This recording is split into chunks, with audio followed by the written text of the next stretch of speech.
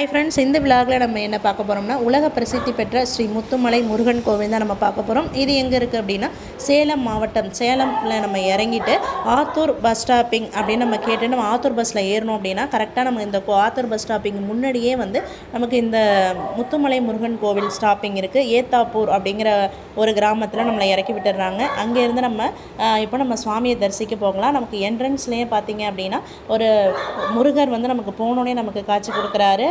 அந்த இதை நம்ம அப்படியே நம்ம தரிசிச்சுட்டு நம்ம லக்கேஜ்லாம் பார்த்திங்க அப்படின்னா அந்த பூக்கடையெல்லாம் இருக்குது, வாசலில் வரிசையாக வச்சுருக்காங்க. அங்கேயே நமக்கு தேவையானதை நம்ம வாங்கிக்கிட்டு அங்கேயே நம்ம திங்ஸ் வச்சுட்டு வந்துடலாம். ஏன்னா வெயிட்டை தூக்கிட்டு நம்மளால் ரொம்ப தூரம் நடக்க முடியாது. அதனால் நம்ம ஏன்னா பஸ்லேருந்து வரவங்க நம்ம நடந்து தான் போகலாம். அதனால் நாங்களும் பஸ்ஸில் போனதுனால நாங்கள் அங்கேயே லக்கேஜ்லாம் வச்சுட்டு அப்படியே நடக்க ஆரம்பித்தோம். இங்கேருந்து பார்த்திங்கன்னா அப்படின்னா பிரம்மாண்டமான வடிவமைப்பில் முருகர் தெரிஞ்சார்.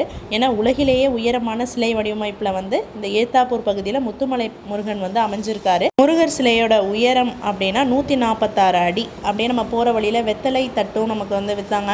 6 வெத்தலை வச்சு விளக்கு வச்சுருந்தாங்க. நாங்கள் 50 ரூபா கொடுத்து அதை நாங்கள் வாங்கிக்கிட்டோம். வாங்கிட்டேன்னா அங்கேயே விளக்கேற்றுற இடம் எல்லாமே இருக்குது. இங்கே ஃபேமஸே வந்து பார்த்திங்க அப்படின்னா விளக்கேற்றுறது தான். அப்புறம் இல்லை, பாப விமோசனம் நீக்கிற தலமாகவும் நம்ம தலையெழுத்தையே மாற்றக்கூடிய சக்தி அமைந்த முருகர் தலமாகவும் இங்கே இருக்குது அப்படின்னு சொன்னதுனால நாங்கள் அங்கே போய் பார்த்தோம். ரொம்பவுமே வந்து இதுவரை நாங்கள் போய் இந்த பெரிய அடியிலான முருகர் சிலையை பார்க்கணும் அப்படிங்கிறது எங்களுக்கு ரொம்ப நாள் ஆசை. அதனால் போய் பார்த்தாச்சு.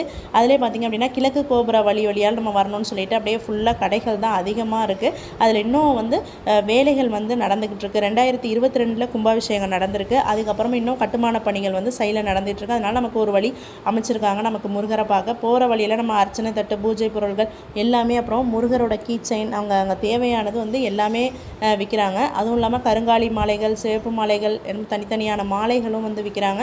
ஆனால் அது கொஞ்சம் ரேட்டு, ஏன்னா உள்ளவர்களை ஐயருங்களே வந்து என்ன பண்ணுறாங்கன்னா அதெல்லாம் விற்கிறாங்க. அப்போ நமக்கு ரேட்டு கொஞ்சம் அதிகமாக தான் சொல்கிறாங்க. அதை நம்ம வேணுங்கிறவங்க நம்ம அதை வாங்கிக்கலாம். இப்போ நம்ம பார்க்குறது வந்து பாப விமோச்சனம், பாத தரிசனம் நம்ம பார்க்குறதுக்கு தான் போகிறோம். அதுக்கு முன்னாடியே வந்து விநாயகர் இருக்கிறாரு. சங்கர விநாயகர் அப்படிங்கிற விநாயகர் வந்து உற்சவர் சிலையும் உள்ளார பின்னாடி வந்து பார்த்திங்கன்னா பிரம்மாண்டமான அளவில் மூலவர் சிலையும் இருக்குது. அடுத்ததாக நம்ம பார்க்க போகிறது முருகரோட விஸ்வரூப தரிசனம், அதாவது பாத தரிசனத்தை தான் நம்ம பார்க்க போகிறோம். இதற்கு பார்த்திங்க அப்படின்னா ஒரு ஆளுக்கு வந்து 10 ரூபா சார்ஜ் பண்ணுறாங்க. இதோட கட்டுமான பணிகளுக்கும் இதோட செலவினங்களுக்கும் அந்த தொகை வந்து பயன்படுத்தப்படுது. இங்கேருந்து நம்ம பார்க்கும்போது முருகர் வந்து அவ்வளோ அழகாக தெரிகிறாரு. சைட்லேயே பார்த்திங்க அப்படின்னா லிஃப்ட் இருக்குது. அதை நம்ம அந்த பக்கம் நம்ம உள்ளார போய் தான் நம்ம அந்த லிஃப்டெல்லாம் நம்ம பார்க்கலாம். இப்போ இங்கேருந்து நமக்கு சார்ஜ் எவ்வளவு அப்படிங்கிறது எல்லாமே நமக்கு கொடுத்துருக்காங்க. ஆனால் ரொம்பவுமே வந்து கூட்டமாக தான் இருந்துச்சு. நாங்கள் போயிருந்தப்போ மத்தியானம் வெயில் டைமில் வேறு போயிருந்தோம். அதுக்கு மேலேயே பார்த்திங்க அப்படின்னா அங்கே ஒரு முருகர் இருக்காராம். நாங்கள் லேட்டாக போனதுனால அந்த இடத்துல நாங்களால் ஏறி பார்க்க முடியல. நெக்ஸ்ட் டைம் போனோம் அப்படின்னா அதை கண்டிப்பாக ஏறி பார்க்கணும்.